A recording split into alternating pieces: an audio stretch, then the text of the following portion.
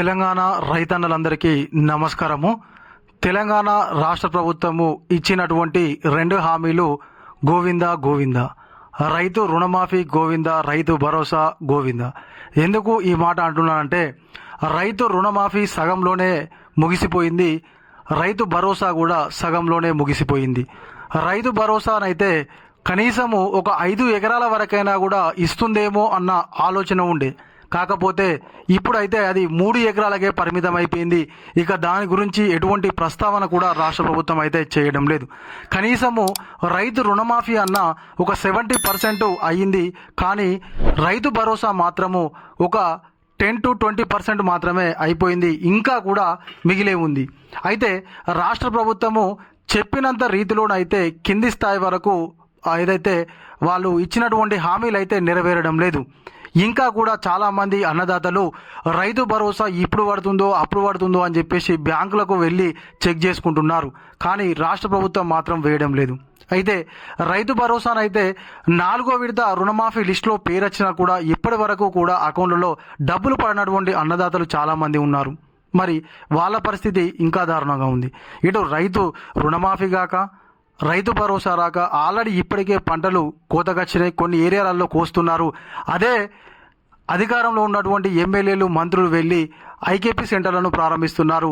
మరి అక్కడ వాళ్ళు ప్రశ్నిస్తున్నారు, మరి ఇప్పటి వరకు కూడా రైతు భరోసా రాలేదు, మరి వస్తుందా రాదా అని చెప్పేసి ప్రశ్నిస్తే మరి ఆ యొక్క ప్రశ్నలను అయితే వాళ్ళు దాటవేసేటువంటి ప్రయత్నం చేస్తున్నారు. చాలా చోట్లనైతే ఎమ్మెల్యేలను కానీ మంత్రులను కానీ అన్నదాతలు ప్రశ్నిస్తున్నా కూడా దానికైతే జవాబు ఇవ్వడం లేదు. మరి యాసంగి రైతు భరోసా ఇక అయిపోయినట్టేనా?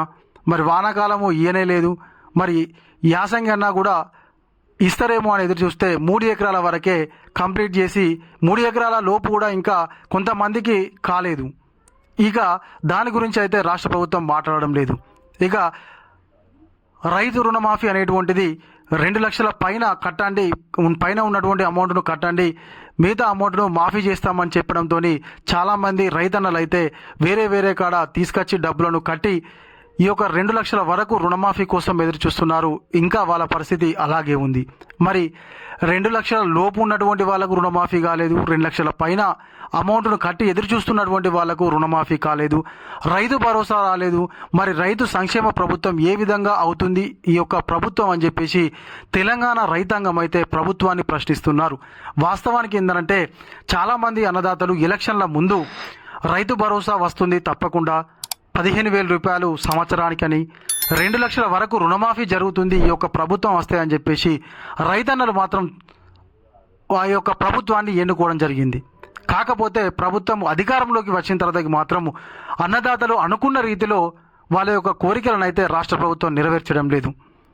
100కు 100% రుణమాఫీ కాలేదు, రైతు భరోసా రాలేదు, ఆత్మీయ భరోసా రాలేదు.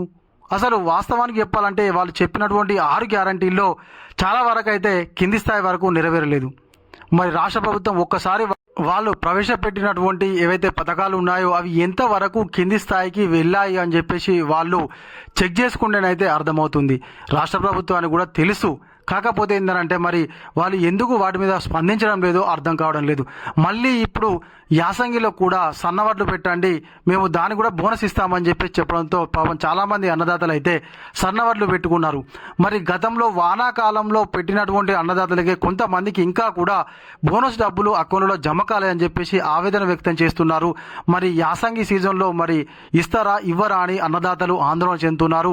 అసలు దొడ్డు వడ్లు పెట్టుకున్నా కూడా కొంచెం పంట ఎక్కువ వచ్చేదని చెప్పేసి అనుకుంటున్నారు. మరి ఈ యొక్క సన్నవడ్లకు బోనస్ విషయంలో మరి రాష్ట్ర ప్రభుత్వం ఏం చేస్తుందో వేచి చూద్దాం. ఈ యొక్క 2 ఏవైతే రైతు రుణమాఫీ రైతు భరోసా విషయంలోనైతే రాష్ట్ర ప్రభుత్వం అయితే సక్సెస్ కాలేకపోయింది. మరి రైతు భరోసా ఎప్పుడు మళ్ళీ మిగతా వారికి వేస్తుందో స్పష్టమైనటువంటి తేదీలను ప్రకటించాలి. ప్రకటించడమే కాకుండా తప్పకుండా అకౌంట్లో జమ చేయాలని చెప్పేసి తెలంగాణ రైతాంగం అయితే రాష్ట్ర ప్రభుత్వాన్ని ప్రశ్నిస్తుంది. మరి ఖచ్చితంగా రైతు రుణమాఫీ మరియు రైతు భరోసా వచ్చేంత వరకు అయితే రాష్ట్ర ప్రభుత్వాన్ని మనం నిలదీస్తూనే ఉందాం. ఖచ్చితంగా మీరందరూ సపోర్ట్ చేస్తారని చెప్పి నేనైతే అనుకుంటున్నాను. ఇది గలటి మన వీడియో. ఈ వీడియో కనుక మీకు నచ్చినట్లయితే ఖచ్చితంగా ఒక లైక్ చేయండి, కామెంట్ చేయండి. ఎవరైనా కొత్తగా మన ఛానల్ చూస్తున్నట్లయితే సబ్స్క్రైబ్ చేసుకోకపోతే వెంటనే సబ్స్క్రైబ్ చేసుకొని పక్కన ఉన్నటువంటి గంట సింబల్ నొక్కండి. Thank you.